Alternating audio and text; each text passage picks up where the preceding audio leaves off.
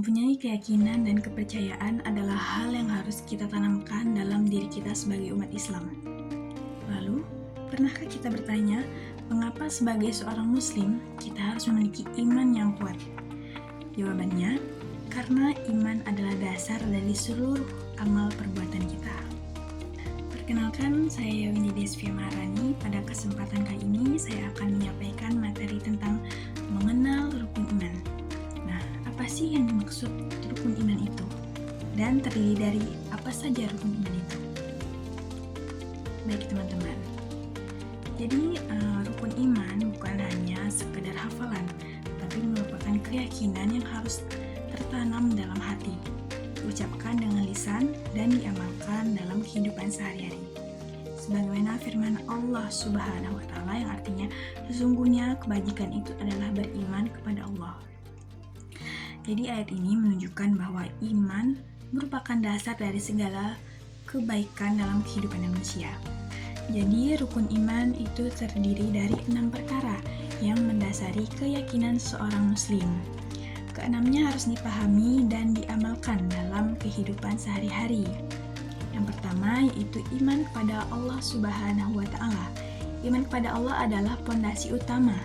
Kita meyakini bahwa Allah adalah satu-satunya Tuhan yang Maha Esa, Maha Pencipta, dan Maha mengatur alam semesta.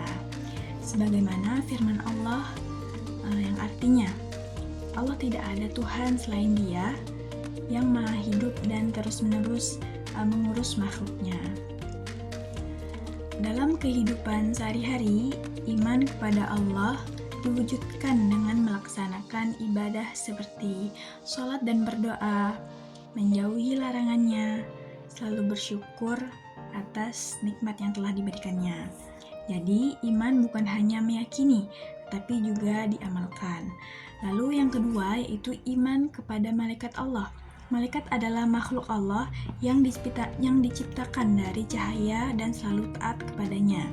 Beberapa tugas malaikat antara lain yang pertama itu malaikat Jibril, bertugas menyampaikan wahyu dari Allah kepada para nabi dan rasul.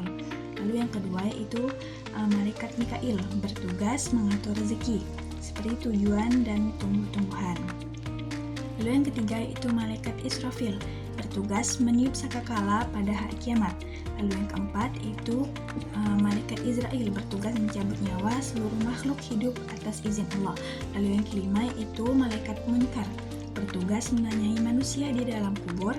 Lalu yang keenam yaitu malaikat Nakir, bertugas bersama Munkar menanyai amal manusia di dalam kubur.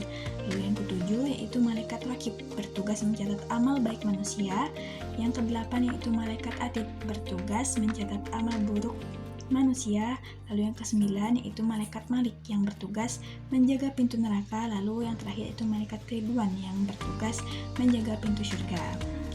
Dengan beriman kepada malaikat, kita akan lebih berhati-hati dalam bertindak, karena setiap perbuatan kita selalu diawasi. Yang ketiga yaitu iman kepada kitab-kitab Allah. Allah menurunkan kitab-kitab sebagai petunjuk hidup manusia. Di antaranya, yang pertama itu Taurat kepada Nabi Musa, lalu Zabur diturunkan kepada Nabi Daud, Injil diturunkan kepada Nabi Isa, dan Al-Quran diturunkan kepada Nabi Muhammad SAW. Ya, sebagaimana firman Allah yang artinya Al-Quran diturunkan sebagai petunjuk bagi manusia. Quran Surah Al-Baqarah 185. Oleh karena itu, kita harus menjadikan Al-Quran sebagai pedoman hidup. Lalu yang keempat itu ada iman kepada Rasul-Rasul Allah. Rasul-Rasul Allah itu diutus Allah yang membawa ajaran kebenaran. Jumlah Rasul sangat banyak, dan yang wajib kita ketahui ada 25 Rasul. Nabi Muhammad SAW adalah Rasul terakhir, sebagaimana firman Allah, Muhammad adalah Rasul Allah dan penutup para Nabi. Bentuk iman kepada Rasul adalah dengan meneladani akhlaknya dalam kehidupan sehari-hari. Lalu yang kelima itu ada iman kepada hari akhir. Hari akhir adalah hari kiamat, di mana seluruh manusia akan dibangkitkan dan diminta pertanggungjawaban. Sebagaimana firman Allah yang artinya barang siapa mengerjakan kebaikan sebesar Zahra, niscaya dia akan melihat balasannya. Hal ini mengajarkan kita untuk selalu berbuat baik, menjauhi dosa, lebih berhati-hati dalam setiap tindakan.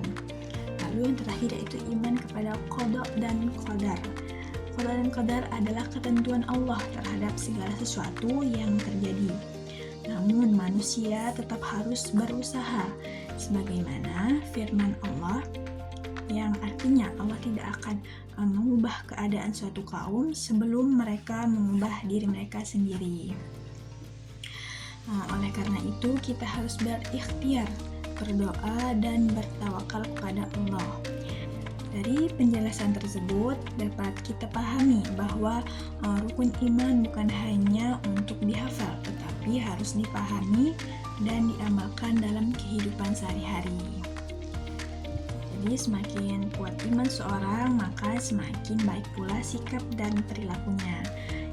Baik, sebagai penutup, mari kita jadikan rukun iman sebagai pedoman hidup agar kita menjadi pribadi yang lebih baik dan lebih dekat kepada Allah Subhanahu wa Ta'ala. Demikian yang dapat saya sampaikan, semoga bermanfaat.